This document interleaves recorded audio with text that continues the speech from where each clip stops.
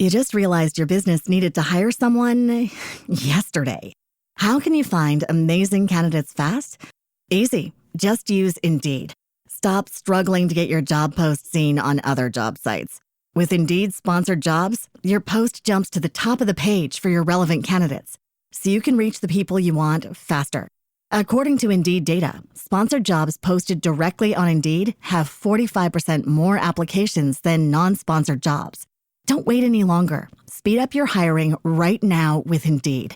And listeners of this show will get a $75 sponsored job credit to get your jobs more visibility at Indeed.com/kidsandfamily. Just go to Indeed.com/kidsandfamily right now and support our show by saying you heard about Indeed on this podcast. Terms and conditions apply. Hiring? Indeed is all you need. I'm Amy Sandler, the principal coach and podcast host at Radical Candor. Today, I am so excited to introduce our guest, Dr. Alison Wood Brooks. Hello, Alison, author of the new book, Talk.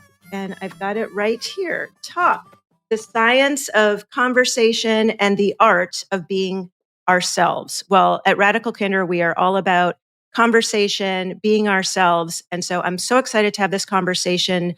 Dr. Brooks is the O'Brien Associate Professor of Business Administration and Hellman Faculty Fellow at the Harvard Business School. She's a leading expert on the science of conversation and also teaches a course on the subject at Harvard Business School. So in the book, Talk, Alison, I'm going to start referring to you as Alison. I hope that's okay. Please, All please. right. So Alison reveals that even the best communicators have room for improvement. So, at Radical Candor, we're all about growth. How can we get better?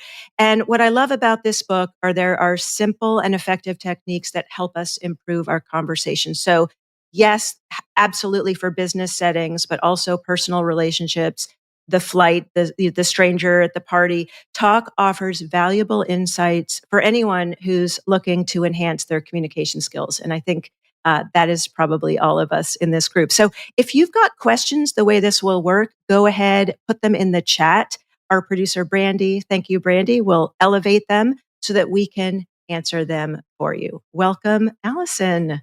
Thank you so much for having me, Amy. What's going on? How you doing?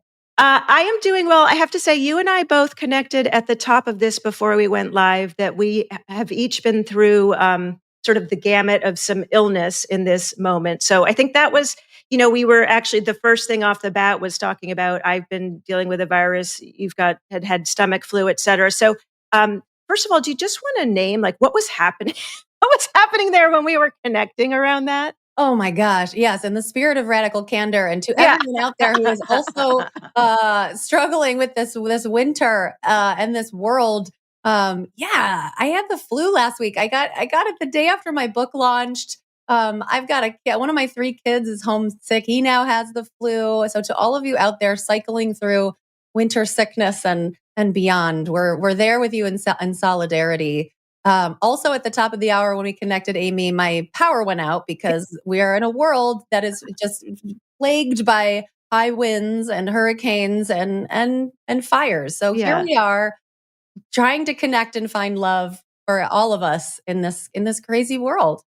Yeah, I was so just touched instantly by that connection and how that actually elevated us to an even deeper place to set the table for the conversation. Because you talk about there's, the science of conversation, but there's also kind of the art of being ourselves and that balance. So, I did go to Harvard Business School, but then I went and got my MFA in screenwriting. And I think so much of what I love about your book is that it's this real blend of, there is a lot of research in there, and especially really recent research, which I found fascinating, but also so many rich stories of how people have applied these theories and how you develop the theories. So I'd love to hear, before we get into the actual book itself, just what sparked the idea for you to want to write this book and then teach the course? Yeah. Oh, the story is it's like the whole story of my life. I feel like everything has been leading to this moment. And I am a behavioral scientist. I've been studying emotions like anxiety and excitement and anger and sadness for almost 20 years. And at some point, I realized that I wasn't just studying how people feel, but how they talk about their feelings with other people.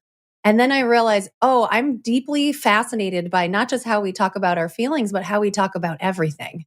And I was very lucky to have this epiphany at the same time that behavioral science was getting to a place where we could do research a little differently. And you just said that a lot of the research in the book is very recent because we've only been able to start studying real conversations between real people at very large scale over the last 10 years. Scholars have studied language and the acquisition of language and one-way speaking, so like public speaking, for centuries. But only in the last decade or so have we gotten our hands on tools that allow us to transcribe real conversations at large scale and analyze them using natural language processing and AI, so that we can learn about how people relate to each other in conversation much better than ever before. We're still in early days of figuring it all out. It's kind of funny to me that there are so many people out there giving advice based on hunches and anecdotes and their own experience, while the science of conversation is really in its infancy. But we've learned enough that I invented a course at HBS called Talk. It was exciting to do it because I'd been teaching negotiation, which is essentially a course on difficult conversations. And I started to realize, how often are we negotiating? Maybe, for like a new house or a car or your salary, maybe once every couple months, but we have to talk to people all day long, every day, all the time. And we make tons of mistakes in even seemingly easy conversations too. And so I invented this course called Talk. Not everyone in the world is going to be able to take this course at Harvard. And so I wrote this book so that everybody can get access to the ideas and the insights. My personal answer about why I'm so in love with people and obsessed with conversation goes back much further than being a scientist and a professor. And it's because I'm an identical twin, Amy, which I talk about in the book a little bit. Is it Sarah? Yes, Sarah. Yeah. I dedicated the book to her, and I saw that. And I didn't tell her I was dedicating the book to her, and so when she opened up a copy for the first time, she lives about a mile away. She drove over and she was just like sobbing in her car. It was like this beautiful moment. She's like, I don't know what I did right to deserve to have a sister who could write a book. And it was very, very nice. We're very close. We've always been very close. And I think, twins are creepy, but also it's a very... Did we just get the pull quote from this interview? Twins are creepy, I can confirm. But also it's like getting to watch a version of yourself interact in the social world your whole childhood and your whole life. And that's really quite a privilege.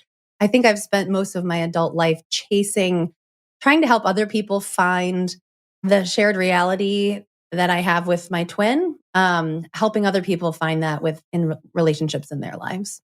That is so interesting because, we do an exercise in a Radical Candor workshop where we have people practice giving feedback, specifically giving criticism. So we would have both praise and criticism.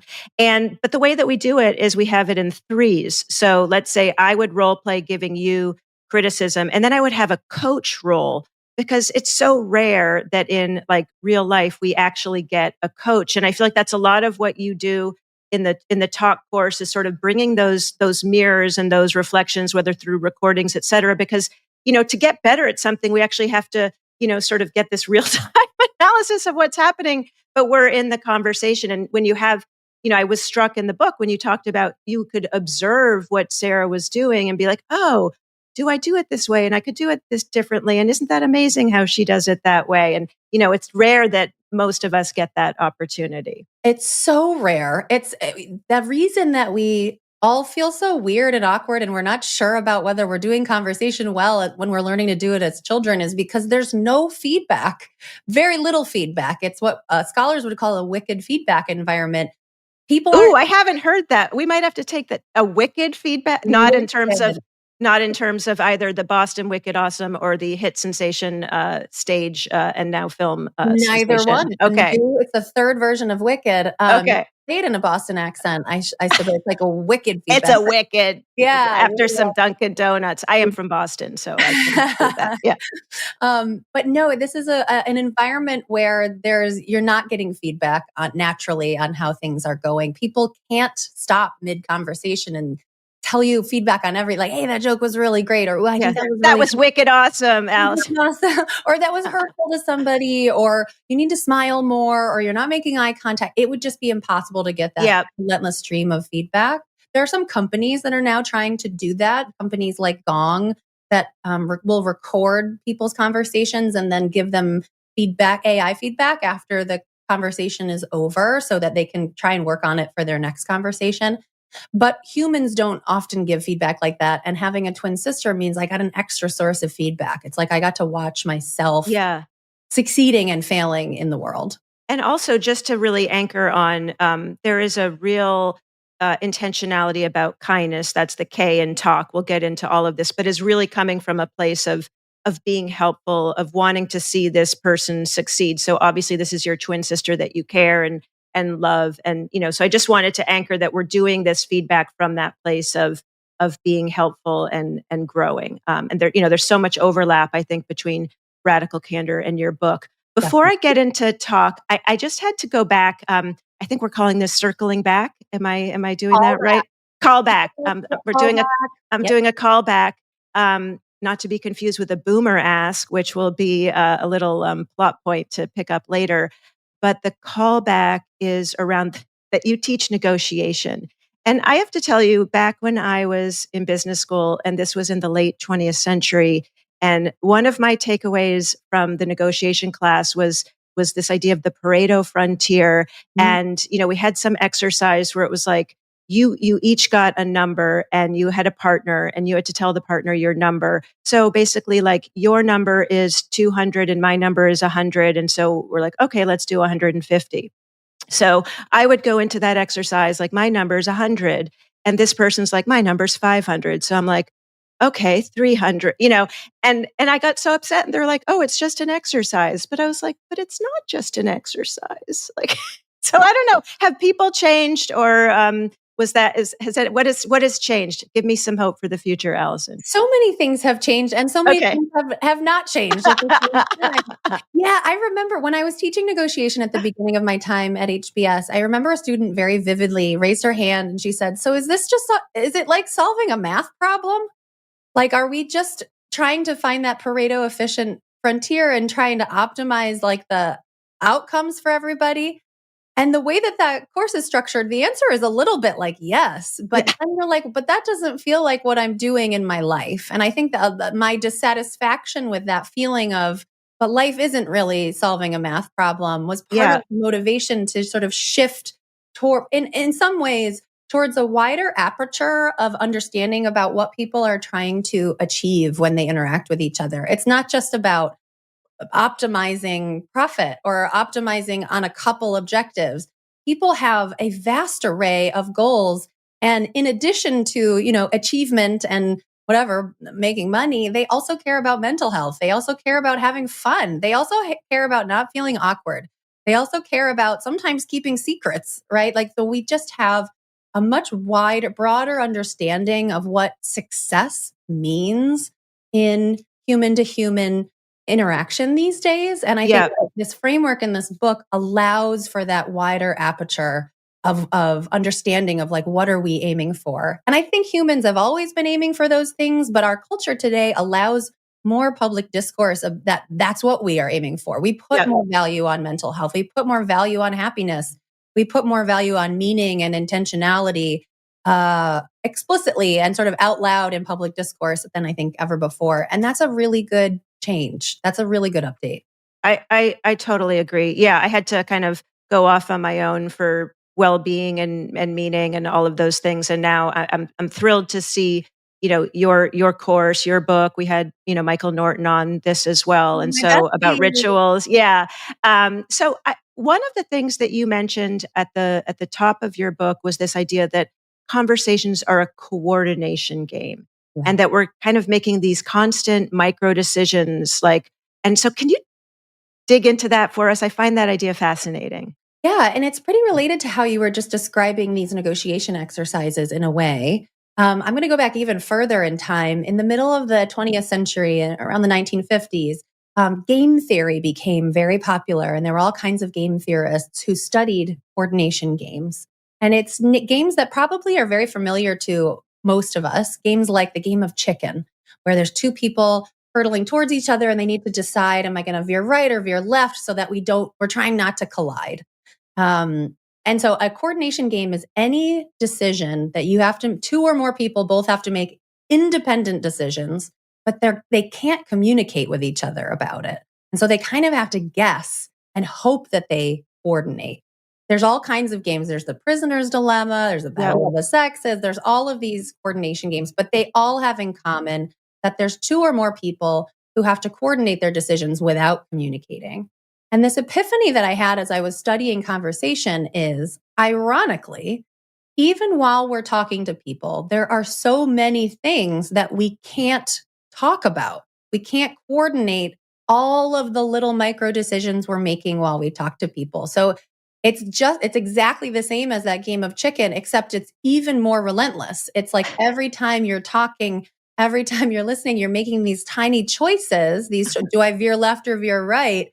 And you can't actually communicate about it. And if you did communicate about it, it would sort of ruin the magic of serendipity and spontaneity that we're all trying to achieve when we're interacting with each other. So in a way, conversation is like this big meta coordination game that's filled with moment by moment coordination conundra. And nobody had talked about it that way before. And for me, that was so clarifying. The word, sometimes those game theorists called them coordination problems or puzzles because they're hard to solve. And so it's both, it helps highlight, hey, look, conversation is harder than you think it is. When you look under the hood, it's really complicated. And number two, the gaminess of it, when we call it a game, it's fun. It'd be fun. It should be, we get to play together and figure out together. And that's amazing. Yeah. It's so interesting when you said the word puzzle and like it can be hard, because one of the things that I was touched by in so many of your stories in the book was the vulnerability of people like feeling awkward at a party or on a speed date, or just this sense of like, this is hard for people, and naming it and kind of giving people permission. And, a lot of your people were Harvard Business School students. And so there might be this sense of, bravado or whatever, but there was so much, humility and vulnerability. And so it, in many ways, to me, I got from your book, both the puzzle sense of like validating the fact of like, you feel uncomfortable and awkward for a reason, like yes, for good reasons. It really is. It's so much trickier than it first appeals. I think you get to adulthood, you should feel like you should be great at conversation. You should be an expert at it. You've been practicing it your whole life. And it's just, I think, an acknowledgement that this is a very tricky coordination game that at times is impossible to solve, even for the best communicators. I hope will bring people tremendous comfort. At the beginning of the semester, every time I teach the course, I send out a survey to the students and ask them why they're taking the class. And I know how it's going to go. I know they're going to show up on the first day of class pretending to, put on these masks and these like competence and like the swagger that they bring in to the classroom. But I also know what they wrote to me the day before in the survey. And every single one of them is feeling anxious, feeling like they have things to work on, feeling like they're getting it wrong all the time, feeling like they're inarticulate, like they're not expressing their ideas, feeling scared to speak up in large groups. So all of these anxieties and these fears, even for students at Harvard who are already such high achievers and so successful, like everybody is feeling that way. And no matter what bravado you bring to a conversation, you have to know that everybody is feeling some level of anxiety because the recipe for anxiety is uncertainty. And in conversation, you never know what your partner is going to say and do next. So it's a very uncertain environment, and lack of control. And again, it's a jointly constructed endeavor between two speakers. So you, by definition, only have 50% of the control. It's a perfect recipe for anxiety. So if you feel anxious in your social interactions, you're not alone, and you're doing it right, guys. You just realized your business needed to hire someone yesterday. How can you find amazing candidates fast? Easy. Just use Indeed. Stop struggling to get your job post seen on other job sites. With Indeed sponsored jobs, your post jumps to the top of the page for your relevant candidates, so you can reach the people you want faster. According to Indeed data, sponsored jobs posted directly on Indeed have 45% more applications than non-sponsored jobs. Don't wait any longer. Speed up your hiring right now with Indeed. And listeners of this show will get a $75 sponsored job credit to get your jobs more visibility at Indeed.com/kidsandfamily. Just go to Indeed.com/kidsandfamily right now and support our show by saying you heard about Indeed on this podcast. Terms and conditions apply. Hiring? Indeed is all you need. I'm going to introduce a topic shift and go to talk, because I want to make sure that we give our audience some practical examples of things they can do. But there's so much richness in your talk maxim. So that's TALK, which is also the title of the book. So you want to start first with the T and why we start there? Yeah. Let me just say up front, we need a very simple acronym because this coordination game is so complicated. And once you're doing the thing, once you're in a conversation, your brain is so busy. Your brain is really busy trying to confront all of the complexity. So talk is by definition extremely simple. Some of my students are like, oh, like I could have learned this in kindergarten. I'm like, yeah. Just wait, because you're not going to be good at doing any of the things when it comes time to actually do them. So T stands for topics, choosing good topics and managing them well at every moment of every conversation. A is for asking more and better questions. L is for levity, so finding moments of humor and warmth to keep conversations from becoming boring. Boredom is a secret killer of conversation. And K is for kindness. And kindness is about respectful language, staying receptive to opposing viewpoints, and listening. Even though the book is called Talk, the real glue that holds it all together is very high effort engagement and listening. Yeah, that really came through in everything that I was reading. What exercises do you do throughout the class to have folks practice listening? We do a listening workshop with a number of exercises, and all of the exercises that I teach in the class are summarized in an appendix at the end of the book. So there's over 100 topics for conversation openers and lots of exercises, things you can do on your own to reflect about your conversational life, as well as guided exercises to try in conversation with people you know. In our listening workshop and in the book, I talk about some of these. There are a number of things you can do. Listening is a surprisingly complicated process. Here's why. The human brain was built to wander. It was not built to sustain attention on like one person at a time, everything they're saying, all the sounds and visual cues that are coming, that are flooding your brain. So what we have found in our research is that people's minds are wandering at least a quarter of the time during live conversation. If your mind is wandering, you're not alone and you're not doing it wrong. It's just a sign that listening is very effortful. It takes a lot of effort to try and overcome that natural mind wandering to focus in on the people that we're with. Can I ask you on that data point? Because one of the things I've done over the years in teaching mindfulness, there was a study, I think it was like 2010 or 2011 from, I think, Killingsworth. And it was about 47% of the time our mind is wandering. And so I'm curious, is that just because they were pinging people just in a regular moment on their phone? So that's different than what you're talking about with conversation. It's very similar to Matt Kelly. So that was a paper with Matt Killingsworth and Dan Gilbert. Love that paper. They were really pioneers in using a method where you ping people randomly throughout the day, a sort of experience sampling, we call it. Almost all of their pings happen when people were not in conversation. And so they were getting a really neat baseline of how often is your mind wandering, just like at any point during the day. And in our work on listening, we said, well, okay, that's amazing. And we've learned so much. Now let's figure out how much are our minds wandering, even when we're engaged with other people and we're working really hard to listen to them. Is it still the case that your mind is going elsewhere?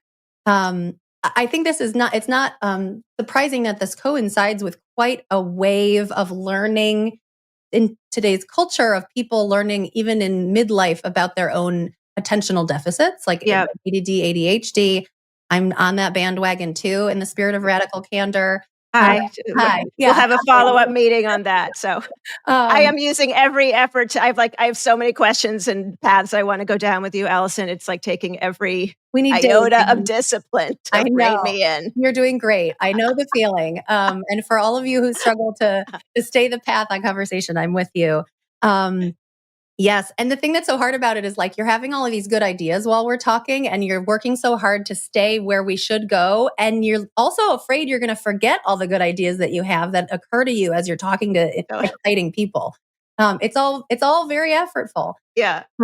So in this paper, what we did is we actually had participants come in and talk to each other live, and we interrupted them every 5 minutes. And we literally asked them on the last turn, cool. Were you listening to your partner or was your mind wandering? And 24% of the time people said, I was not listening just now.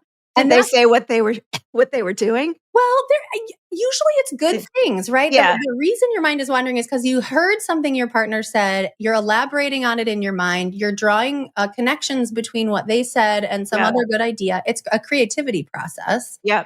The problem is because we know that it's polite to listen, we pretend that we are hearing each other. And so we smile and nod, and we can really compensate for a lot of lost fidelity in the information that it seems like was exchanged, but we didn't actually hear each other. And so what I love from this research is that I hope it empowers people. First of all, it should be comforting to everybody. Like if you struggle to listen to people, you're totally normal and you're not alone.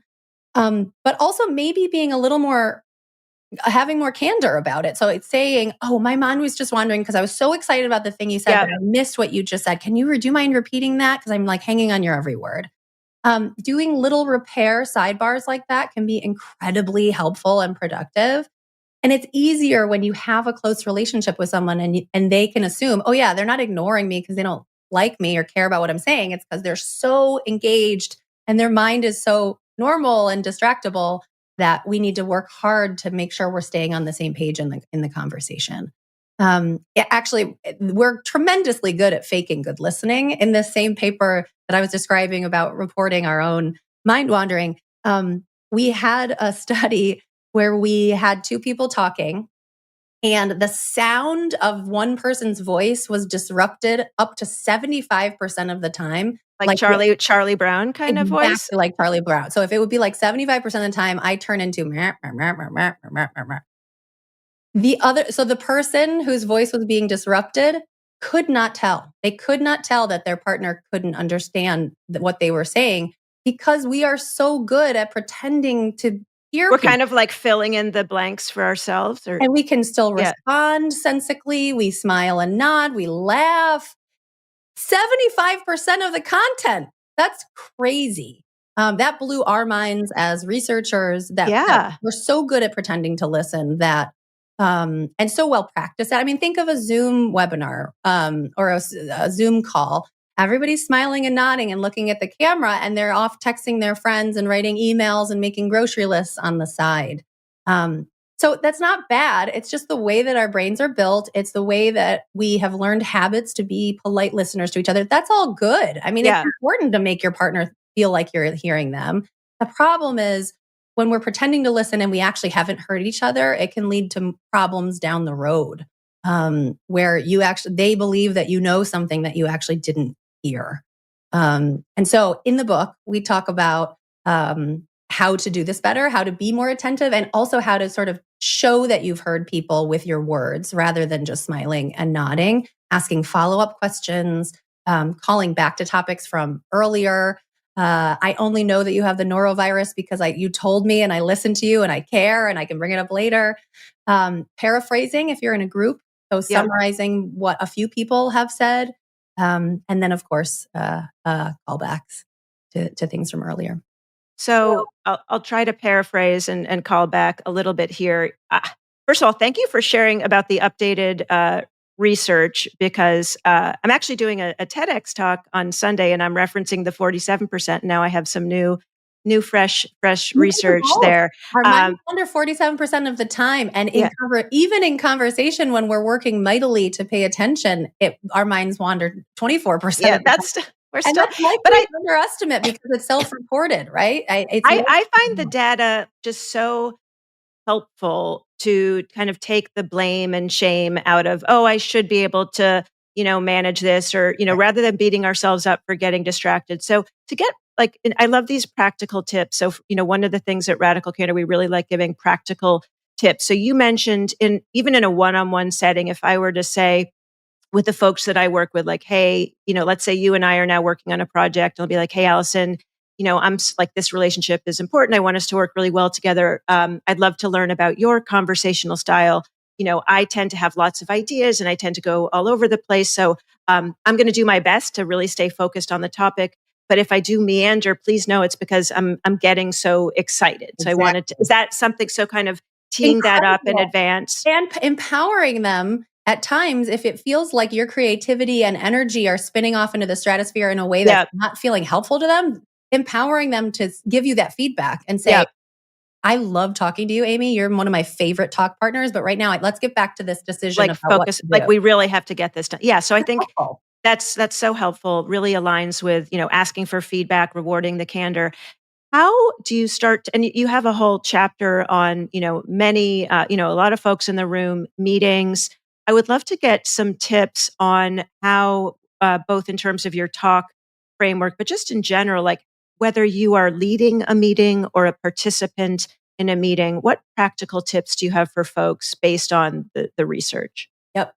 There is a whole chapter in the book about this idea of many minds. And so we have a tendency to think of one-on-one conversation as the same task as a group conversation, because in both, you're talking, you're listening, you're together with other people. They share those things in common, but it is very helpful to think of them as almost categorically different. As soon as a third person pulls up a chair, the coordination dynamics of the conversation change entirely. For example, all of a sudden, one of the people who is very much included in the conversation doesn't have to speak at all. Like, they can be entirely an audience member. Yep. That's quite different than a one-on-one where you have to talk in order to maintain a back and forth exchange with another person. It's good and bad. It relieves the pressure on any one member of the group. You bring more ideas and more energy, of course. But as group size grows, those coordination challenges become exponentially more difficult to manage. And I think we all sense that. Even when you get to just 6 people, a group becomes naturally unstable and is likely to partition into separate subgroups of holding more than one conversational thread. We've all been at dinners like that, where it kind of goes back and forth. You have a centralized thread and then you break into subgroups. As a leader, when you're designing work meetings, I think it's incredibly helpful just to acknowledge, hey, group conversation is hard. It's really hard. It's a very hard coordination conundrum. If we walk away feeling like it wasn't perfect, that's okay. That's the nature of the beast. But so again, sort of normalizing the awkward. Normalizing the awkward, normalizing the coordination challenges that to some extent are sort of unsolvable, especially as groups scale to be quite large. When you think about meeting design, I've worked a lot with this a meeting guru named Elise Keith, who is the founder and CEO of a company called Lucid Meetings. This is what they do for companies. They go in and help them design work meetings in a cadence and different sizes, different lengths, different purposes. Ultimately, your meeting design should be very much aligned with your goals for the meeting, including how long should the meeting be, who needs to be there, what topics should we be covering. All of that should align with what you need to do. So sometimes let's say we have 2 goals for a meeting. The first goal is to generate as many ideas as possible about a certain new product that you're designing. And the second goal is, okay, we're going to pick 2 or 3 of those to pursue as possible development projects. Just saying those goals out loud is a really good start so that the people in the meeting know what they're supposed to be doing. Even better if you can design pastures where it's like, okay, for the first 20 minutes, we're going to generate as many ideas as we can. So people like Amy, who are very generative and love conversational digressions and have these wild ideas, that's where people like you might come alive, right? And feel very empowered to speak and have lots of ideas and feel very comfortable. Then we're going to pivot and we're going to focus on deciding which ones to focus on. And as soon as the topic shifts, there might be people in the room who are better equipped to kind of manage that and lead that. And so something that I have found very helpful, and we discuss in the book, is the idea that every group has a status hierarchy.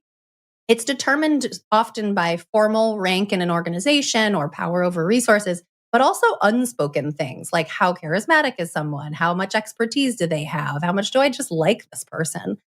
And so status hierarchies define every group, but they change. They change at the topic level.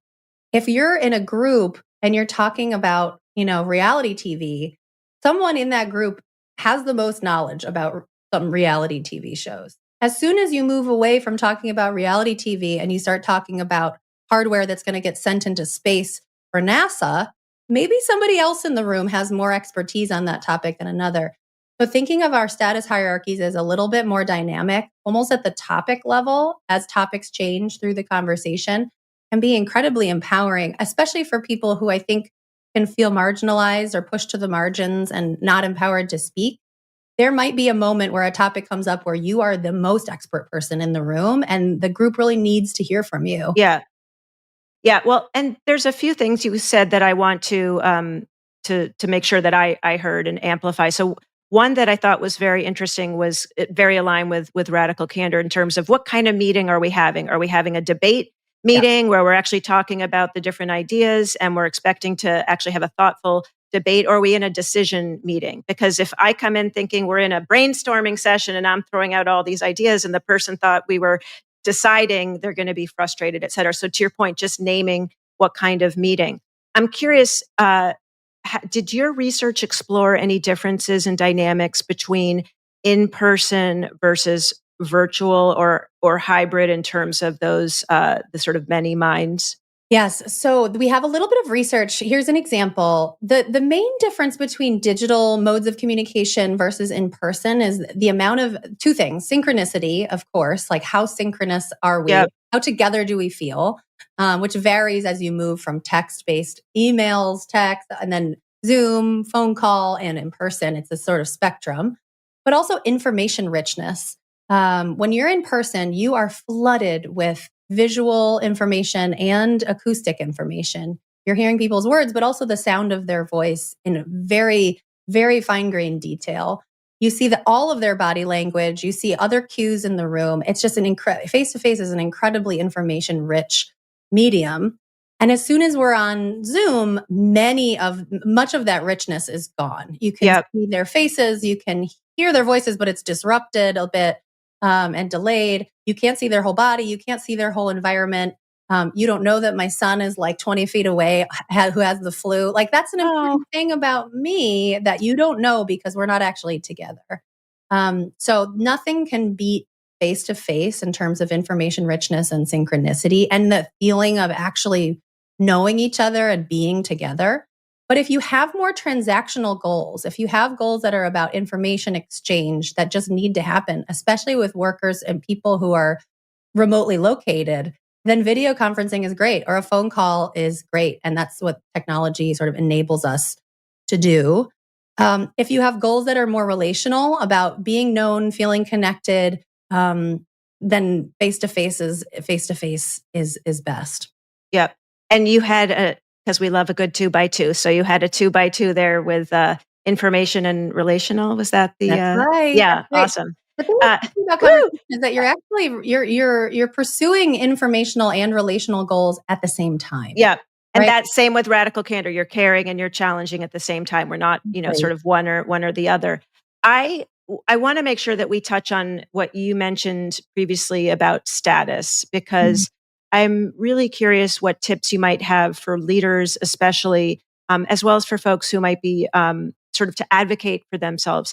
How can a leader create a more inclusive meeting environment for folks who may have less status, whether it's hierarchical, or be aware that like we keep choosing topics that this person is not well versed in?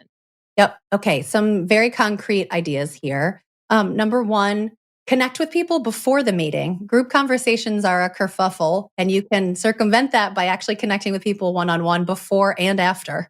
And there's much to learn from people who might feel shy participating in a group. Like, get their ideas before, after, follow up with them.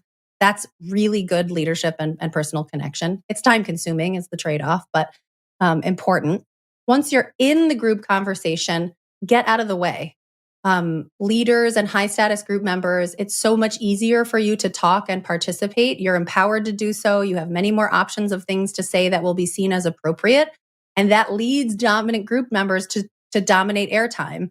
And that's a real problem because it boxes lower status people out of the conversation. Just staying quiet, you can't just stay quiet, of course. Part of your role as a leader or a high status group member is to create psychological safety. So people feel comfortable participating when they have valuable things to add. From our research, one thing that we find that's quite helpful is trying to give equitable eye gaze to people. So it sounds very subtle, but there's a lot of love and comfort and empowerment that comes from feeling seen, literally having someone look at you. As human beings, we have a tendency to only look at high status members of the group as they're talking and just to defer to them, look at their emotional reactions as other people are talking. And so that very subtly makes low status group members feel excluded and invisible. Yep. It's very subtle, but next time you're sitting in a group, you'll notice it. It seems hard in a virtual meeting though, where we're all just looking into a camera, right? It's hard. That's part of why virtual meetings are fatiguing, is because it goes against those sort of eye gaze habits. One way you can simulate eye gaze on Zoom or on a video conference is the private chat. Yeah. In a way, eye gaze in person is the same as chatting someone on the side and saying, I see you. I can't wait. I think we'd love to hear from you on this topic if you feel comfortable. That's one advantage that you have on video conference. That's such a great note. I do try to do that because there's kind of a fine line of wanting people to feel included, but not put on the spot, right? Totally. So doing it privately. Yep. I know we just have 5 more minutes. I did make a teaser about boomer asking, which is not a generational comment. So, yeah. I know we almost renamed it when we were, so this is very recent academic work. The project started before the phrase boomer even came about. Oh, wow.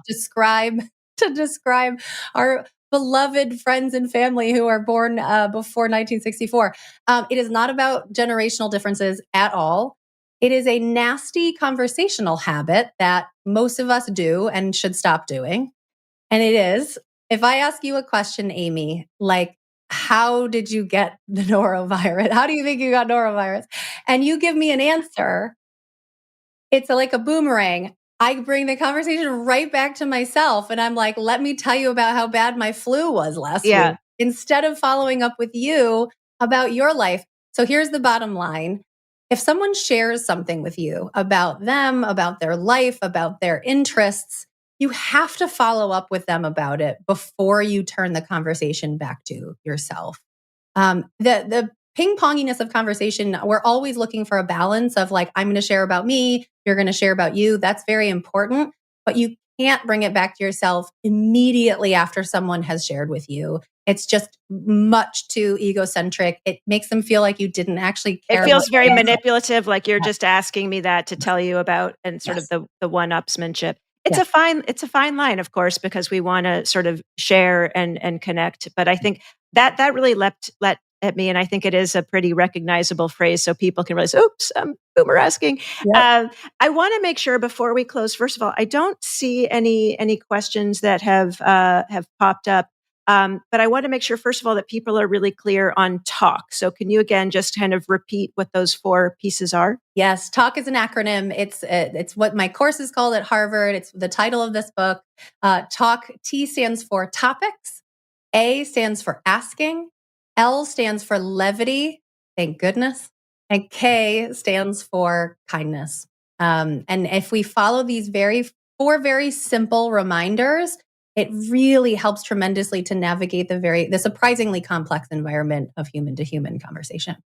So as we look at our conversation, we covered a lot of topics. I tried to ask some follow-up questions, some callbacks, restating what you said, paraphrasing.